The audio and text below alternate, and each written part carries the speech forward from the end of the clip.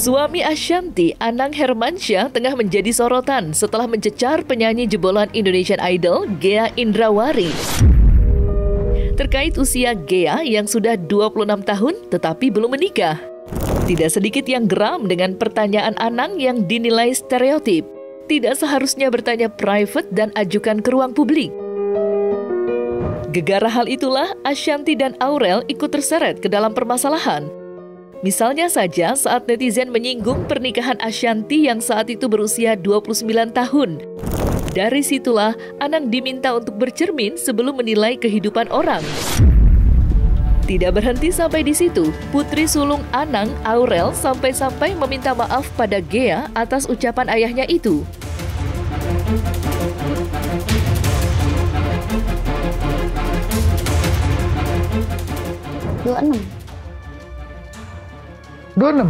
Terus kamu menikah umur berapa? Gak kepikiran. Berarti gak nikah? Iya, kalau ada jodohnya. Kalau ada netizen begitu bukan? Berarti gak nikah? Kalau ada jodohnya, ya menikah. Iya, kalau kamu gak nyari ya gak ada. Memang datang sendiri dikering gitu. Iya, tapi kan maksudnya gak usah yang ngoyo gitu loh, Mas. Iya, berarti gak niat. Temukan gitu. Yang gue sukain. Yang realistis aja loh, Mas. Yang baik-baik aja. Ya masa kayak Fadli? Ojan? Gak boleh. Gak mungkin kan? Loh, ini kayak siapa? Kayak siapa, Mas? Gak ada kriteria khusus. Jaim banget. Serius. Ampun, Jaim. Sampai Aurel nge-WA ke Ghea-nya gitu, Kak, minta maaf ya. Ya Allah, Aurel tuh nggak apa-apa banget. Pipi tuh emang kita tuh asik banget ngobrol bercanda-bercanda di luar podcast itu. Jadi kayak udah deket banget gitu. Tapi ya jadinya ya ada orang yang mungkin memandangnya gimana-gimana, jadinya viral gitu. Aku malah nggak apa-apa banget. Karena Aurel takutnya jadi nggak enak juga gitu kan. Tapi ya itu ya aku sih lebih yang kayak ya namanya netizen yang pasti kita salah sedikit aja pasti jadi besar gitu ya, namanya public figure kan. Kalau kita nggak mau diomongin ya jangan jadi public figure ya. Aku pun nggak membenarkan apa yang dia lakukan ya. Aku juga maksudnya ngapain sih kamu nanya-nanya, karena aku nggak ada di situ sih. Kalau ada aku udah pasti kayak, tapi sebelum dia podcast tuh mereka emang bercanda-bercandanya tuh ya kayak Mas Anang sama anak-anaknya gitu loh, kayak udah deket banget gitu. Dia bilang iya sorry, aku udahlah next ini gitu ya. Aku juga bilang udah Mas Anang kalau ngomongin yang dia hatam aja, karena mungkin dia mau asik-asikin suasana jadinya bablas, aduh maaf gitu. Tapi sebenarnya Aurel tuh ngomenin karena aku yang dibahas, kayak ada ngomen kayak yang komen-komen ini kan orang yang nggak tahu gimana struggle perjuangan aku sama Mas Anang. Dipikir iya dia 29 tahun maunya nukain duda kaya, kalau nggak mau kamu duda kaya. Waktu itu kita lagi berjuang banget sayang, nggak apa-apa lah. Orang karena nggak tahu jadi seuzon. Lumayan shock karena orang kayak kan aku kawin 29 tahun ya gitu. Terus kayak Aurel kemarin ngasih lihat, Ajiel ngasih lihat, Bunda jadi diikut-ikutin. Aku bilang ya Allah, orang kok tega-tega banget. Tapi ya nggak apa-apa lah, maksudnya kayak istri lo aja kawin udah tua gitu ya, udah umur segini. Dan bagi aku nggak tua umur segitu kan. Menikah itu kan bukan suatu keharusan umur harus berapa kan gitu. Cuma Mas Anang kayak mau so asik aja gitu kali ya, mau cairin suasana. Dan dia kayak mungkin kayak udah kayak kalau anak-anak idol tuh emang beda aja bercandaannya gitu. Tapi kalau ke orang dia nggak berani sih ngomong kayak gitu.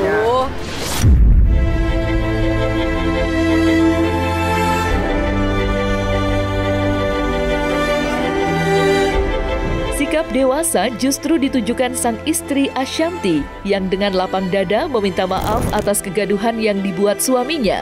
Sikap elegan Ashanty dianggap oleh sebagian orang tidak lain pasang badan atas permasalahan yang dibuat suaminya.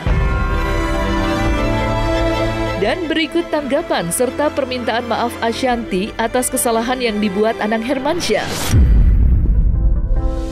Aku mungkin atas nama istrinya bukan mau meluruskan dan mungkin minta maaf kalau ada mungkin pihak-pihak. Memang kan Mas Anang ini kalau ke anak-anak idol itu ngerasa mungkin deket banget dan udah kayak ke anaknya gitu. Kalau di luar itu Mas Anang nggak pernah tuh kalau ketemu orang terus ngomongnya kayak gitu, atau podcast sama orang yang dia nggak deket terus dia ngomongnya sefrontal itu dia nggak pernah. Tapi karena ini anak-anak idol tuh dia kalau ketemu tuh, dan kemarin di balik layar podcast ya dia kayak ke anak kayak deket banget, mau sama siapapun anak idol yang dia podcast tuh dia kayak akrab banget gitu loh. Malah banyak hal-hal yang diomongin di luar podcast yang aduh lebih gimana, dan itu hanya dilakukan mungkin ke teman anak-anak idol yang dia ngerasa anak didiknya dia gitu. Kalau ke orang dia nggak pernah ngomong kayak gitu, tapi tidak menjadi suatu pembenaran dia ngomong kayak gitu ya. Maksud aku kemarin dia bilang, ngapain sih kamu mau bikin suasana asik. Aku makanya udah marahin juga ke tim aku, Mas Anang tuh kalau dikasih podcast ngomongin yang industri musik, ngomongin politik, yang gitu-gitu aja. Kalau Mas Anang disuruh ketemu yang millennials, yang mungkin anak-anak yang Gen Z, pasti dia berusaha, kan dia udah umur ya gitu.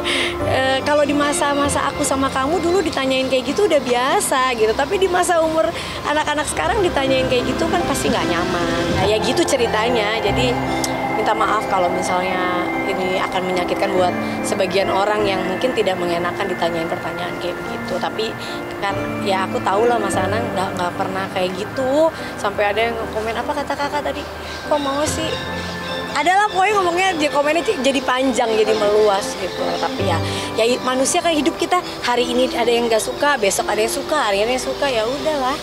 Ya mungkin dia harus lebih ya harus bukan sebenarnya ya dia harus lebih dia harus mungkin kan anak ini generasi zaman dulu gitu ya kayak aku dulu setiap tahun loh, aku dari umur 21, 22 sampai aku kawin 29 tuh pasti kalau ketemu orang tua ditanyainnya kapan kawin, kalau udah kawin kapan hamil.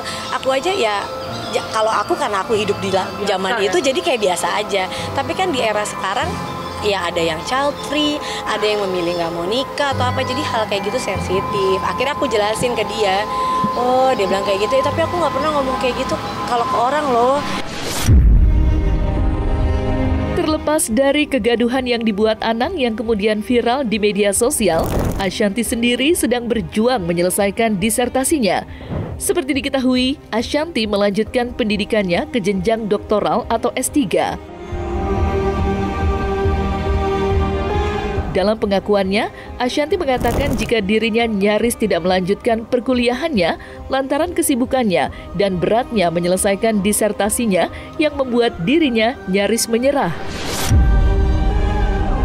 Namun, atas dukungan suami dan anak, Ashanty bertekad menyelesaikan perkuliahannya. Alhamdulillah, ini lagi masih deg-degan banget ya, karena kan kemarin memang bisa bilang udah 3 kali ganti judul. Tapi yang pertama sama kedua tuh ganti judulnya masih tetap karena kekerasan terhadap perempuan. Pas yang ketiga jadi benar-benar dirombak total ya, namanya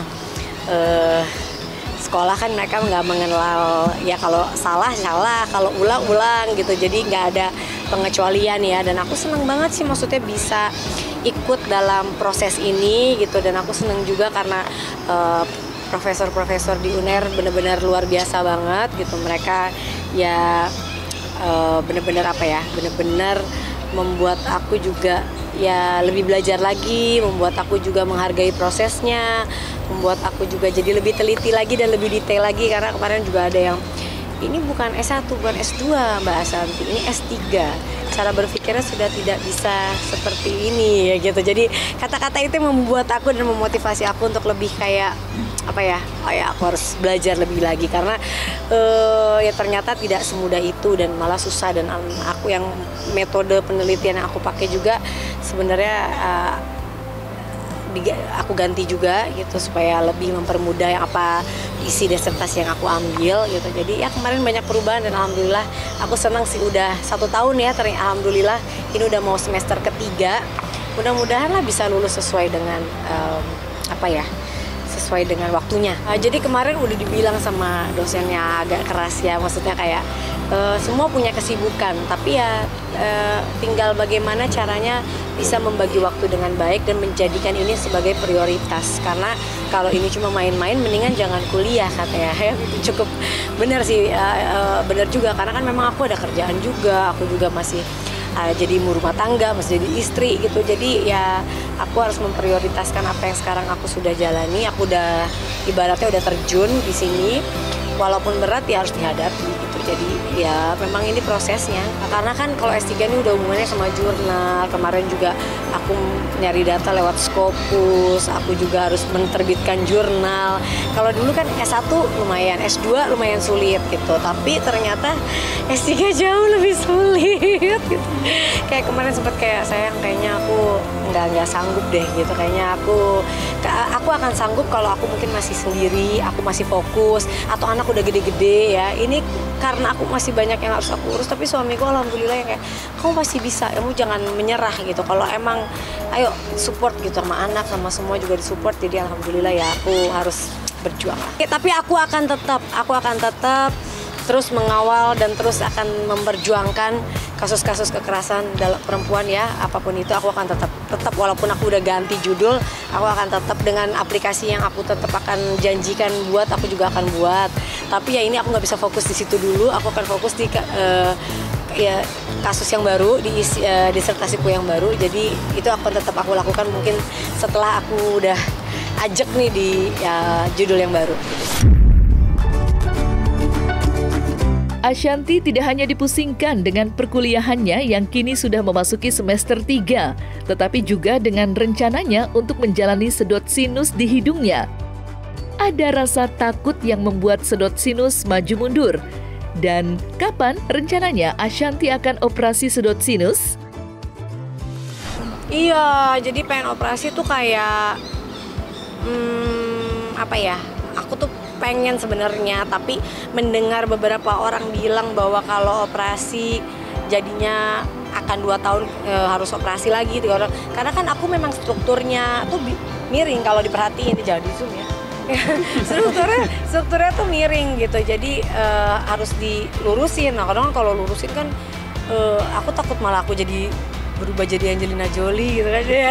agak jadi berubah gitu mukanya, jadi agak takut sih. Tapi ya coba dulu, aku mungkin mau operasi buat ngedot sinusnya. Nanti kalau memang 2 tahun atau 1 tahun kena lagi ya baru aku pikirkan gitu. Tapi kalau misalnya enggak ya kan alhamdulillah ya gitu.